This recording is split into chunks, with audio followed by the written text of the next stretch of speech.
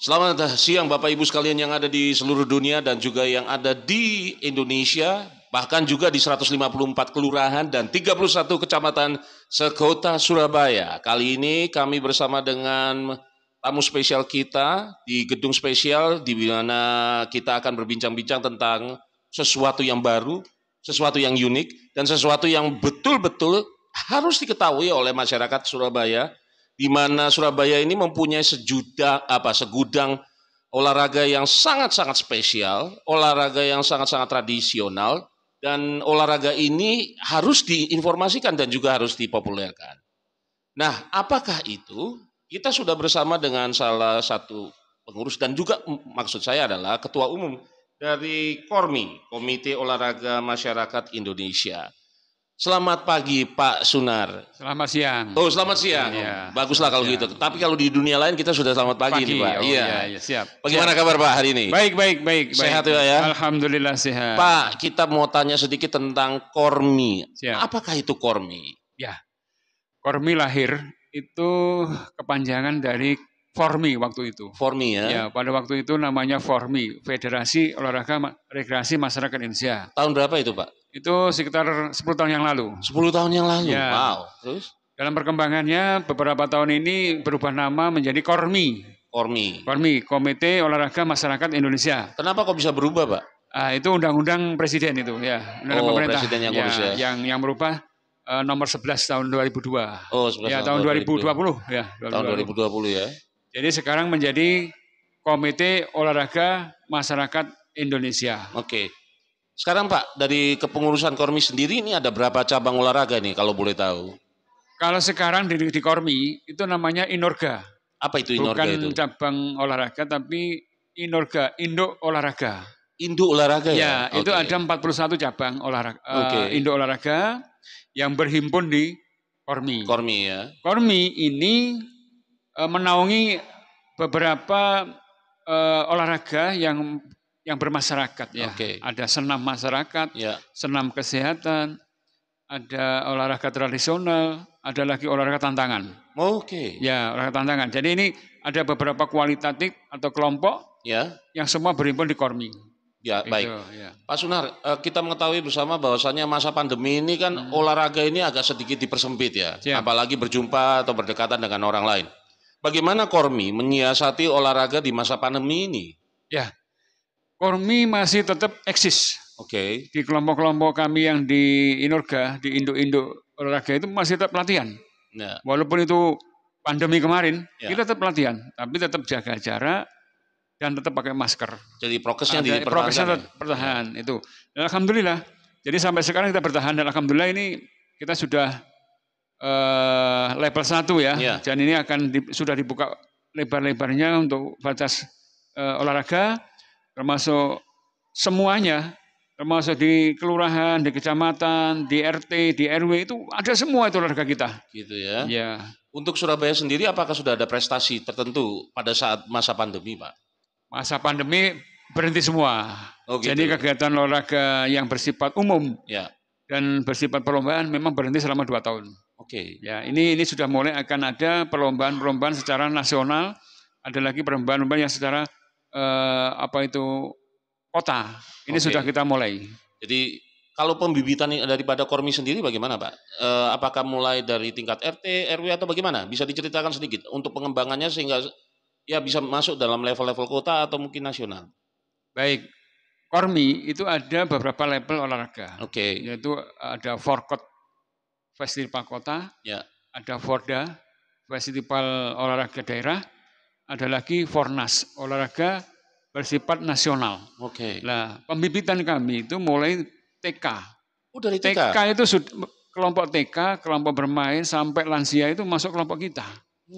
Ya, kelompok-kelompok ini tentunya variatif, menaungan di bawah Inorga yang mereka sudah ada. Seperti kayak SLBI itu menangani lansia yang umurnya 49 tahun ke atas. Ada lagi yang masih balita atau TK atau namanya PAUD, itu namanya ada senam PAUD. Itu juga masuk kelompok organisasi olahraga kita, Gitu Kormi, ya, iya masuk itu. Jadi mulai pembibitan dari sejak kecil ya, Sejak Pak, ya? kecil. Sejak usia 5 tahunan ya, Pak ya. Betul. Pak, terus kemudian dari 5 tahunan SD, SMP, SMA, terus bagaimana kelanjutannya, Pak, dalam hal ini? Kita ada support of all. Jadi Maksudnya apa itu support of all? ini olahraga yang tentunya mungkin di olahraga prestasi tidak ada. Jadi olahraga nasional itu undang-undang kementerian itu ada 3 olahraga atau 4 olahraga kelompok. Yaitu ada kelompok olahraga yang bermasyarakat atau rekreasi waktu itu, ada kelompok yang prestasi, itu dinangani KONI, ada lagi olahraga pendidikan yang ditangani oleh Dinas Pendidikan, dan lagi ada olahraga yang disabilitas ya. Disabilitas ya. Itu kelompok-kelompok itu secara undang-undang sudah dipatenkan ya. Untuk pembibitan kami itu memang mulai dari dasar SD, SMP, SMA sampai sepuh ya, sampai selansia. Itu kita kerjasama dengan sekolah-sekolah PAUD, kerjasama dengan sekolah-sekolah SD, SMP. Kita juga adakan audiensi bahwa kelompok ini ada yang pakai mana pantese kalau di sekolahan si A, si B, si C ya. Jadi kita tuh mewadai mereka semua. Oh gitu ya. Ya, pembibitan mulai dari nol betul. Dari nol betul kita sudah ada pembibitan untuk olahraga rekreasi ya dulu ya. Sekarang olahraga masyarakat itu. Gitu ya, Pak. Pak, kita ingin tahu juga sejauh mana intervensi daripada pemerintah, dalam hal ini pemerintah kota Surabaya, terhadap Kormi sendiri sejauh ini. Khususnya di masa pandemi. Ya, alhamdulillah supportnya luar biasa pemerintah kota Surabaya, sehingga kita itu terbaik nasional untuk olahraga rekreasi, olahraga kemasyarakatan, olahraga tradisional. Kita terbaik secara nasional. Jadi pengembangannya kita itu menggait semua elemen masyarakat yang notabene secara kearifan lokal itu ada. Jadi kita tidak membatasi kearifan lokal yang ada di Surabaya, di kota Surabaya ini untuk berkembang dan berhimpun di Kormi. Kita naungi, kita lindungi, kita kasih fasilitas semuanya. Itu akhirnya berkembang luar biasa untuk. Bisakah diberikan contoh secara spesifik, Pak? Kira-kira olahraga apa yang sudah pernah dilakukan dalam hal ini? Ya, kalau olahraga masyarakat itu adanya kelompok inorgan namanya PORPI. Ada lagi namanya YJI. YJI itu Yayasan Jantung Indonesia. Itu kelompok pernapasan. Kelompok tantangan, ya rintangan dan petualang tantangan itu ada panjat tebing tradisional. Ada lagi paco, ya panco kalau bahasanya okol atau gulat ya. Itu ada. Ada lagi skateboard. Skateboard juga. Skateboard itu masuk ya. Itu untuk kalangan anak-anak milenial ya. Ada lagi yang di bawah naungan kita itu ada BMX. Itu juga ada yang masuk di kita. Kalau yang kayak gadget gitu? Nah, gadget itu kita melupakan gadget. Bahasanya gitu. Jadi adalah kelompok tradisional lainnya. Itu berupa kayak ada egrang ya. Ada gebak sodor, pati lili ya. Ada gebuk bantal, ada tarik tambang, itu masuk ke olahraga tradisional. Ingkle juga ya. Ingkle juga itu. Gitu ya. Nah, dari kelompok-kelompok ini tentunya kita tidak boleh membedakan satu sama lain. Kita harus sama untuk semua gerakan itu juga sama. Jadi kita ada semacam pengawasan dari kita internal kita sendiri. Untuk mengembangkan itu bagaimana mereka itu bisa berkembang dengan baik, mereka sejalan dengan yang kita harapkan, dan support dari pemerintah kota itu berusaha fasilitas sarana untuk latihan. Kita welcome. Jadi sarana untuk latihan mereka itu siapkan. Ada di gelanggang remaja ini untuk latihan teman-teman children dan lain-lainnya. Ada yang di tingkat bahkan di tingkat RT, di tingkat RW. Kelurahan itu sudah ada fasilitas untuk hal pelatihan. Itu yang saat ini sekarang kita kembangkan di Kota Surabaya. Jadi semuanya terlibat aktif ya? Semua terlibat aktif semua, mendukung semua. Pak, sejauh ini apakah ada kendala-kendala enggak pada saat misalnya saja Kormi mengadakan sebuah event atau mungkin acara yang dimana itu melibatkan ya itu tadi yang ada di dalam Inorga? Alhamdulillah memang saat ini yang kami rasakan dari pelaksanaan kami beberapa tahun terakhir ini kendala sih tidak ada. Karena semua jajaran itu pendukung semua untuk pengembangan olahraga tradisional di Kota Surabaya ini, bahwa ini betul-betul olahraga masyarakat. Masyarakat wajib tahu bahwa olahraga ini untuk mereka sendiri. Bahkan teman-teman di lapangan sudah menyatakan bahwa Surabaya butuh olahraga yang murah meriah. Murah meriah kata kuncinya ya, murah meriah. Terus apalagi kalau ditemani dengan orang-orang yang luar biasa ya, dalam artian yang melatih juga. Betul. Ya, gitu ya. Kita Kormi juga ada pelatih-pelatihnya, ada instruktur-instrukturnya yang berpengalaman, mereka sudah teruji. Dan satu-satunya Surabaya tok yang wani melupakan gadget. Gitu ya Pak ya? Betul. Kenapa kok bisa begitu? Apalagi anak-anak milenial ya, anak-anak muda. Bahkan sekarang bapak-bapak aja main gadget ya. Betul, satu meja sama-sama bareng-bareng terus kemudian main bareng-bareng ya. Itu akhirnya enggak kenal ya satu sama lain. Kita wani melupakan itu. Jadi kita gembleng di lapangan, teman-teman juga bantuan dari teman-teman di lapangan itu juga bagus ya, monitoring terus ya. Latihan-latihan mereka latih itu minimal 1 sampai 3 jam. 1 sampai 3 jam ya? Untuk melatih olahraga tradisional itu. Karena riang, gembira, seneng. Ya. Sehingga dari jam itu sampai jam itu mereka lupa akan main gadget. Gadgetnya dilupakan dulu ya. Betul. Itulah wani melupakan gadget di kota Surabaya. Itu untuk semboyan kota Surabaya ya. Betul. Tapi kalau sejauh ini yang Bapak lihat dari perkembangan ya itu tadi, kita kan COVID ini kan ketemu Zamzum, apalagi yang namanya Google Meet itu ya Pak ya. Itu kira-kira tanggapan daripada kawan-kawan Kormi, dalam hal ini Bapak sebagai ketua umum, bagaimana Pak?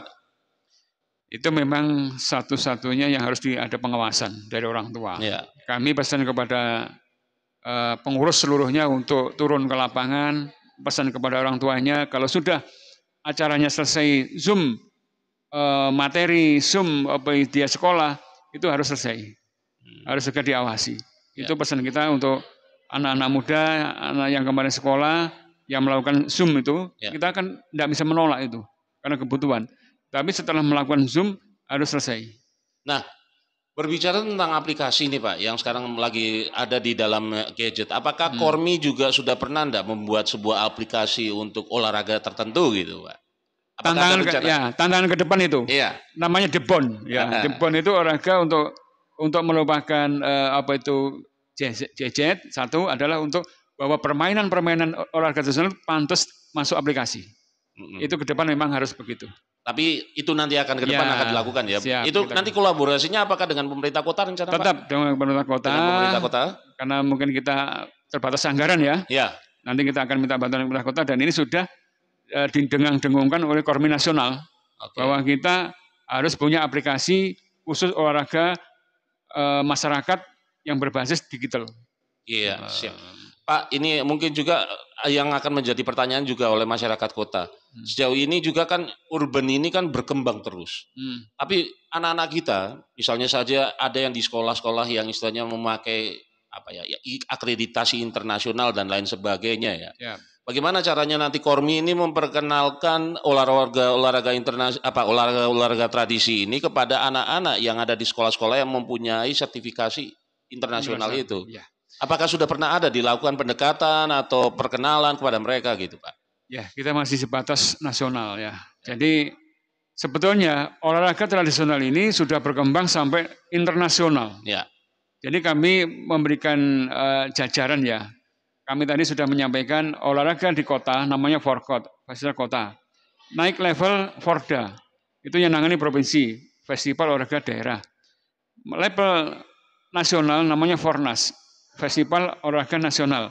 Ada lagi tingkat nasional, tingkat dunia, itu namanya Tavisa. Ada sampai dunia. Ada lagi. Ini apa permainan atlet? Kita juga menghimpun namanya Inorga PAMI. PAMI itu Persatuan Atlet Master Indonesia. Itu usianya yang di atas 45 sampai 60 sampai 70 tahun itu ada dilombakan itu. Ini yang menjadi target kita secara internasional harus menang. Dan ini sudah ada. Kita sudah punya atlet internasional yang bernaung di Kormi, Surabaya. Luar biasa kalau gitu Surabaya. Rekan-rekan yang ada di 154 kelurahan dan juga 31 kecamatan, Kormi ini bukan olahraga sembarangan. Jadi kalau Anda melihat Kormi memang gedungnya segini, tapi orang-orangnya luar biasa, orang-orang hebat, ya, orang-orang yang punya prestasi yang sangat luar biasa. Ini perlu didukung sekali. Dan kita percaya bahwasannya nanti sekolah-sekolah juga yang mempunyai akreditasi internasional juga pada mendukung guys. Sejauh ini Pak, ini kan tadi kan sudah hambatan, kendala dan lain sebagainya. Ini kira-kira peluang ke depan daripada Kormi ini sendiri untuk menggapai Surabaya yang lebih hebat nih? Karena kata Pak Heri itu Surabaya harus kudu hebat. Apa ini Pak? Ya, jadi jangan lagi menyepelekan namanya Kormi atau olahraga tradisional. Yeah, don't speak a little bit. Betul. But you have to have big dreams about Kormi. Oke. Jadi tidak boleh menyepelekan lagi. Kami pengurus-pengurus tidak rela kalau Kormi atau olahraga tradisional itu dinomor-duakan. Kita harus sejajar dengan kakak kita yaitu KONI. Jadi pengembangan yang berikutnya itu adalah kita akan mengembangkan lewat digital, lewat sarana elektronik. Ini yang kita akan pikirkan ke depan. Ya. Terus Pak, ini yang paling esensi, masukan untuk masyarakat atau himbauan kepada masyarakat agar olahraga tradisional ini tetap bertahan dan juga tetap dijaga dan juga dilestarikan. Sehingga pada akhirnya nanti generasi muda, generasi kita ini tidak akan melupakan yang lampau, tetapi dapat mengembangkannya ke depan. Apa Pak himbauan dan masukan kepada masyarakat Kota Surabaya, khususnya dunia saat ini? Ya. Kalau namanya himbauan sudah lama kita sampaikan ke masyarakat Kota Surabaya khususnya. Jadi mari seluruh warga, paling tidak minimal dari warga itu sendiri, dari keluarga itu sendiri. Kalau keluarga itu cinta sama olahraga tradisional, mereka guyub rukun antar keluarganya ini ada pertandingan juga. Kita bisa tandingkan dengan guyon, dengan rekreasi, ya, dengan bermasyarakat. Ini sudah cukup untuk membentengi hal itu. Jadi ini kami paling pesan pada masyarakat, utamanya keluarga-keluarga yang ada di Kota Surabaya, lupakan, awasi anak-anak yang bermain gadget, ajaklah mereka kepada kita, Kormi, kita akan melatih mereka, akan turun ke lapangan untuk ikut bahwa memasarkan olahraga tradisional itu kita tidak pakai biaya tinggi dengan biaya murah, tapi benar-benar sehat luar dalam. Oke, sehat luar dalam kuncinya kawan-kawan. Ya. Itu tadi pesan daripada Bapak Muhammad Sunar ST, Ketua Umum daripada Kormi. So guys, kalau kalian saat ini yang ada di mana saja Anda berada di 154 kelurahan dan 31 kecamatan sekota Surabaya, bingung mencari informasinya, langsung saja datang di Gelanggang Remaja. Cari sekretariat Kormi. Di sini ada orang-orang hebat yang pasti kalian akan temukan sesuatu yang dahsyat dan luar biasa. Mereka dapat memberikan saran, masukan, dan juga arahan olahraga apa yang tepat untuk anak Anda dan juga keluarga Anda. Pak Sunar, siap. Masukan untuk pemerintah kota sendiri apa ini kalau boleh tahu? Ya, minimal dukungan pendanaan ya. Pendanaan ya? Anggaran ya, itu untuk kami bisa mengembangkan, bisa lebih luas dan lebih menyebar masyarakat. Terima kasih Pak Sunar untuk kesempatan dan waktu yang diberikan kepada kami dari Kelompok Informasi Masyarakat. Semoga hari ini lebih baik daripada hari kemarin. Amin. Biarlah kesusahan sehari tetap sehari. Siap. Itulah tadi Bapak Ibu sekalian dengan Bapak Muhammad Sunar ST, Ketua Kormi Kota Surabaya. Semoga kita tetap semangat. Mari Indonesia tetap jaya bersama dengan olahraga tradisional. Saya Petrus dari Kelompok Informasi Masyarakat Pucang Sewu bersama dengan rekan kamerawan kami yang paling setia, Bang Aminullah dari Kim Mojo, mengucapkan terima kasih atas perhatian dan atensi Anda. Selamat siang.